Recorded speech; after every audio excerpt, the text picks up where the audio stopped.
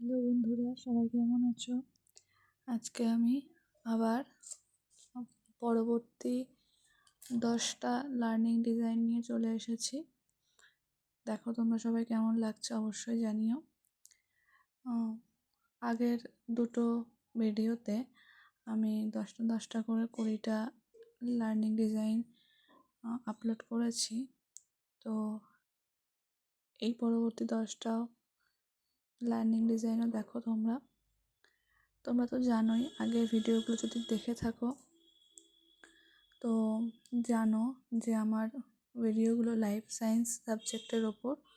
তো যদি তোমরা না দেখে থাকো পুরনো ভিডিওগুলো, তো সেগুলো একটু দিয়ে দেখে নাও। আশা করি তোমরা সবাই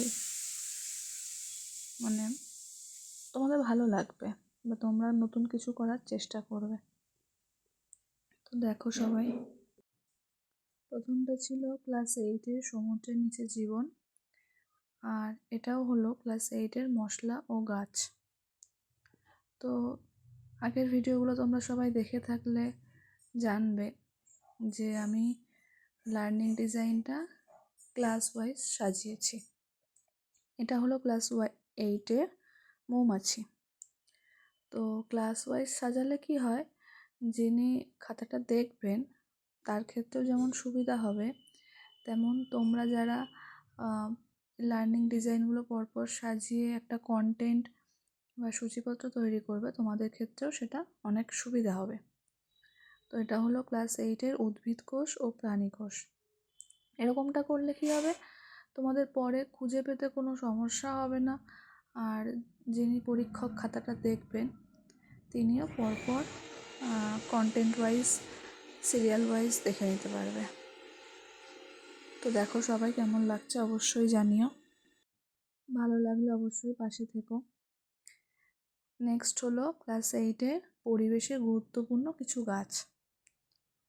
তো তোমাদের যদি কোথাও কোনো বুঝতে অসুবিধা হয় তোমরা অবশ্যই জানিও যে কোন জায়গাটা বুঝতে অসুবিধা হচ্ছে, আমি তোমাদের জন্যে সেটা বুঝিয়ে বলে দেব।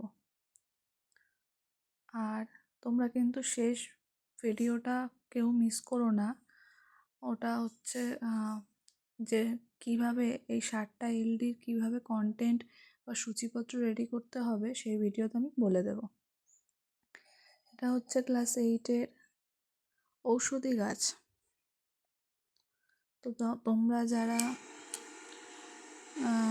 টিউশনি পড়াও 6, 7, 8, 9, 10, তোমরা এই বিষয়গুলো সম্পর্কে যথেষ্ট পরিচিতি আছে। তো দেখো তোমরা সবাই, আর এই সংশোধনী পাঠের জন্য দুর্বলতা নির্ণয়, এটা কিন্তু তোমরা তোমাদের মতন করে লিখবে। এবার আছে ক্লাস 8-এর মুরগি পালন। দেখো এই যে শিখন সহায়ক উপকরণের প্রস্তুতি ও নির্বাচন, এর মধ্যে যে সাধারণ উপকরণটা এটা প্রায় সব ক্ষেত্রেই সেমই হবে, আর বিশেষ উপকরণের ক্ষেত্রে সেটা একটু চেঞ্জ হয়ে যাবে। তোমাদের যদি কোথাও কারোর বুঝতে সমস্যা হয় আমাকে কিন্তু অবশ্যই কমেন্ট করে জানিও। এবার আছে ক্লাস 8-এর মাছ পালন। তো দেখো তোমরা সবাই,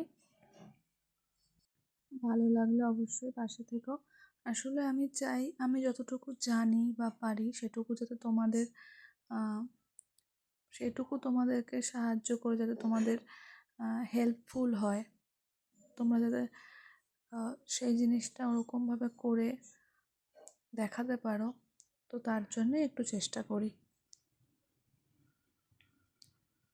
তো তোমাদের যদি আরও কোনো কিছু জানার থাকে তো জানিও। এবার আছে ক্লাস 8-এরই বন্যপ্রাণী সংরক্ষণ। পরপর বিষয়গুলো যেমন আছে তেমন লিখবে।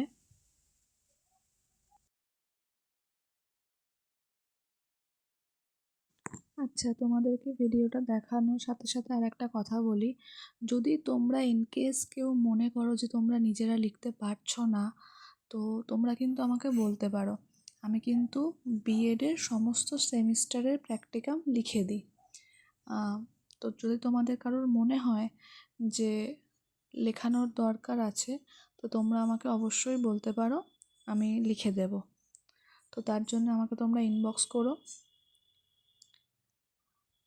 তোমরা সবাই দেখতে পাচ্ছ আমার হাতের লেখা খুব একটা খারাপ নয়। তো তোমাদের যদি ভালো লাগে বা তোমাদের যদি মনে হয় তোমরা পেরে উঠছো না, তো আমাকে অবশ্যই বলো।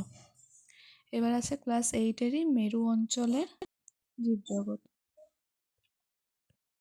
তো আজকের মতন এটাই হচ্ছে শেষ এলডি, 30তম এলডি, মেরু অঞ্চলের জীবজগৎ। তো তোমরা সবাই দেখো কেমন লাগলো। ভালো লাগলে অবশ্যই জানিও, লাইক করো, সাবস্ক্রাইব করো।